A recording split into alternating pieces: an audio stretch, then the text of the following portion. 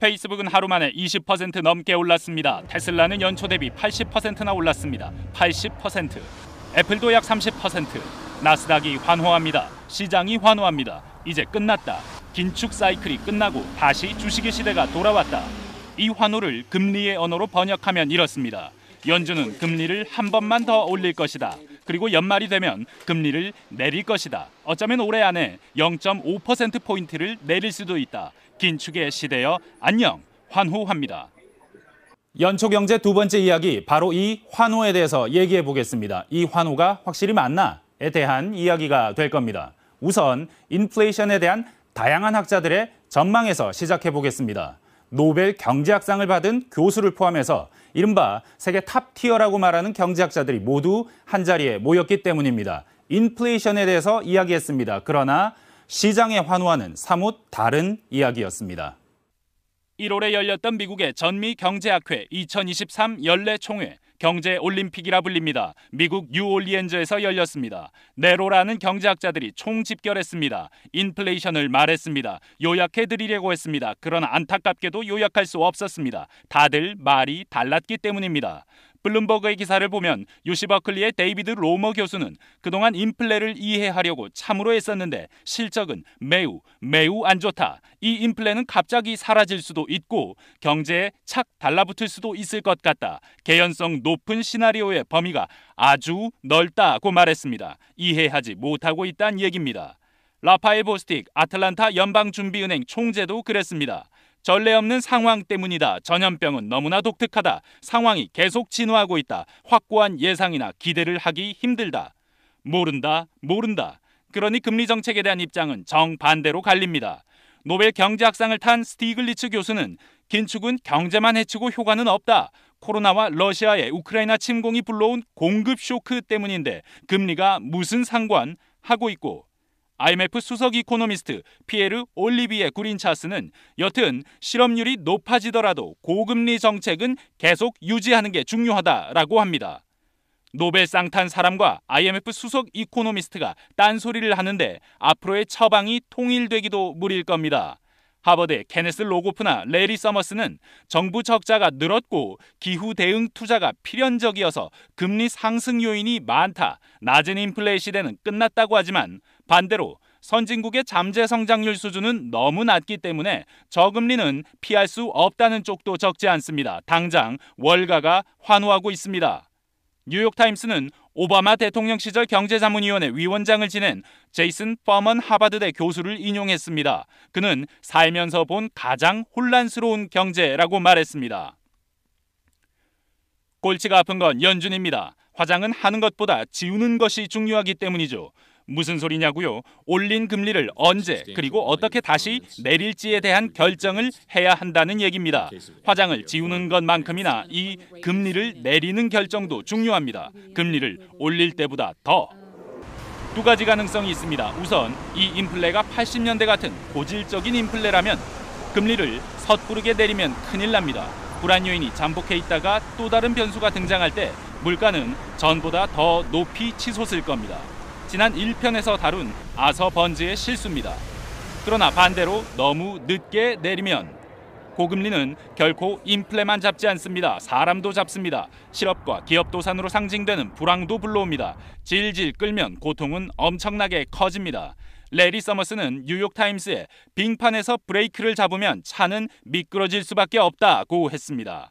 불황이 온다면 고통은 피할 수 없고 그 고통은 한계 상황에 내몰린 사람들에게 가장 극적인 영향을 미칠 겁니다. 문제는 시장이 연준의 말을 귀담아 듣지 않는다는 데 있습니다. 가장 최근에 열린 FOMC에서 연준이 희망적인 말 한 토막, 또 비관적인 말도 한 토막 내놨습니다. 대충 이런 얘기입니다. 디스인플레이션, 그러니까 물가 상승률이 낮아지고 있는 상황이 시작됐다는 얘기를 13번이나 했습니다. 금리 인상 정책에 효과가 있다는 말이니까 희망적이긴 말이긴 한데 동시에 아직 싸움은 끝나지 않았다. 승리 선언을 할 때가 아니다. 금리는 여러 번 더, 한 번이 아니라 여러 번 더 올려야 한다고 분명히 이야기를 했습니다. 분명히 한 번이 아니고 여러 번. 그런데 시장은 왜 환호할까요? 아니야, 한 번이야. 그리고 연말엔 내릴 거야. 라고 철석같이 믿고 있기 때문입니다. 로이터는 이 상황을 이런 그래프로 그렸습니다.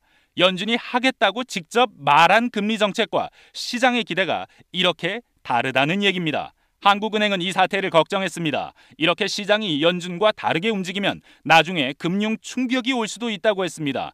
IMF 수석 부총재도 마찬가지입니다. 올해 경제 가장 큰 불확실성 가운데 하나로 꼽았습니다. There is a bit of a disconnect between what markets are expecting in the US and what the Federal Reserve has communicated it will do. So that's an environment in which if it turns out that inflation is even stronger, then markets will have to correct itself. And that we know can have spillovers to the rest of the world. So it is one of the important concerns we have. 왜 이런 일이 생긴 걸까요? 왜 이렇게 우왕좌왕 하는 걸까요? 몇 가지 이야기를 할 수 있습니다. 우선 연준의 실패입니다. 영국 케임브리지대 퀸스 칼리지의 총장 모하메드 엘 에리언은 치솟는 물가에 늑장 대응하면서 연준 역사상 최악의 실수를 저질렀다고 표현했습니다. 일시적 인플레라고 단언하며 대응을 늦춘 잘못이다. 초기 판단 오류다. 다른 원인은 노동시장이 이상한 앨리스의 나라처럼 변했다는 가설입니다. 미국의 경우 코로나 사망자가 많았고 노동 공급이 영구적으로 100만 명 이상 감소했습니다. 또 제로금리와 천문학적 정부 부양책이 노동에 대한 태도를 바꿨습니다. 일 안 해도 먹고 산다. 기름을 부은 건 주식과 부동산 등 자산 가격의 급등입니다. 유동성을 타고 자산 가격이 급등하자 일하지 않고 소비만 해도 산다. 노동시장에서의 조기 퇴직, 대퇴사 행렬이 일어났습니다. 이제 원격 근무자와 파트타임 노동이 정착됐습니다. 내 남은 인생 다시는 출근하지 않으리 라는 사람을 옆에서 본 적 있지 않으신가요? 바로 이 변화가 정규적 노동 공급을 줄여 노동시장의 수요, 공급이 교란됐다는 겁니다. 여기에 대한 판단은 제각각입니다. 심각하다, 완전히 변했다부터 금방 제자리로 돌아온다, 금리를 올리면 바로 효과가 나올 거다까지 분명한 건 확실히 이해하지 못한다는 사실뿐입니다. 그리고 마지막으로 세계 경제의 전환점, 충격의 시대가 왔다는 얘기도 있습니다. 하버드의 케네스 로고프는 우리는 충격의 시대를 살고 있다. 세계 경제 전환점에 있는지도 모른다고 했습니다. 경제판이 흔들리고 있습니다. 러시아의 우크라이나 침공이 한 요인입니다. 중국이 계속 세계의 공장 역할을 할 수 있을지는 알 수 없습니다. UC 버클리의 베리 아이켄 그린 교수는 타이완을 둘러싼 미중 대립은 러시아의 우크라이나 침공보다 더 큰 강도의 경제 충격을 촉발할 수 있다고도 말합니다. 모든 것이 불확실한 시대란 얘기입니다. 요즘 파월을 비롯한 전 세계 정책 결정 당국자들이 반복하는 말이 있습니다. 데이터를 보고 결정하겠다. 앞으로 나올 통계 수치에 맞춰서 금리를 결정하겠다는 얘기, 정책을 튜닝하겠다는 이야기입니다. 모르겠을 때 겸손한 자세 자체는 좋은, 바람직한 자세입니다. 그러나 문제는 모든 걸 다 보고 결정할 수는 없다는 점에 있습니다. 금리 그만 올릴지 여부 결정할 때 뭘 보아야 하나요? GDP가 많이 떨어졌나? 실업률이 많이 높아졌나? 이런 수치 아니겠습니까? 그런데 문제는 보고 결정할 수는 없다는 데 있습니다. 시차 때문입니다. 정책과 그 정책의 효과 사이의 시차. 이걸 연구한 UC 버클리의 크리스티나 로모 교수가 전미경제학회에 참석해 말한 것을 들어보면 걱정을 안 할 수가 없습니다. 로이터는 로머가 남편과 함께 수행한 연구를 보면 금리를 높였을 때 GDP는 6개월 뒤 감소하기 시작한다고 했습니다. 2년이 넘어야 금리 인상의 효과를 완전히 반영한다고도 했습니다. 그러니까 한참 뒤에야 결과가 나온다는 얘기입니다. 실업률은 더합니다. 금리를 올린 지 5달이 지난 시점부터 본격적으로 높아져서 27개월 뒤에 평균적으로 모든 효과가 나타난다고 했습니다. 다시 말해 지난해 초부터 금리를 올리기 시작한 연준의 정책이 효과를 내는지 어느 정도 수준인지 확실히 확인하는 데는 2년 정도가 필요하다는 얘기입니다. 이 이론에 따르면 지금은 기껏해야 6개월에서 1년 사이밖에 지나지 않았습니다. 내년 이맘때나 되어야 초기 금리 인상이 확실히 효과가 있었는지 확인할 수 있습니다. 지난 연말 금리 인상은 그로부터 1년 더 지나야겠죠. 그때까지 금리를 계속 올릴 수 있습니까? 아니면 내리지 않을 수 있습니까? 그럴 수는 없겠죠. 너무 고통스럽지 않겠습니까? 그러니 데이터 보고 결정한다는 것도 쉽지는 않을 겁니다. 연준은 확실한 데이터를 받아들이기 전에 행동에 먼저 들어서야 하는 처지인 겁니다. 이렇게 어렵습니다. 근본적인 이유는 딱 하나입니다. 세계는 아직 이 인플레이션을 이해하지 못하고 있습니다. 인류 경제학자들조차 아직 합의하지 못하고 있습니다. 인류는 아직 이 인플레의 맛을 모릅니다. 연초경제 이번 순서는 여기까지입니다.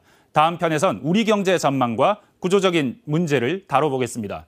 연관된 IMF 수석부총재의 인터뷰 내용을 아래 링크로 담아놓겠습니다. 참고하시면 감사하겠습니다.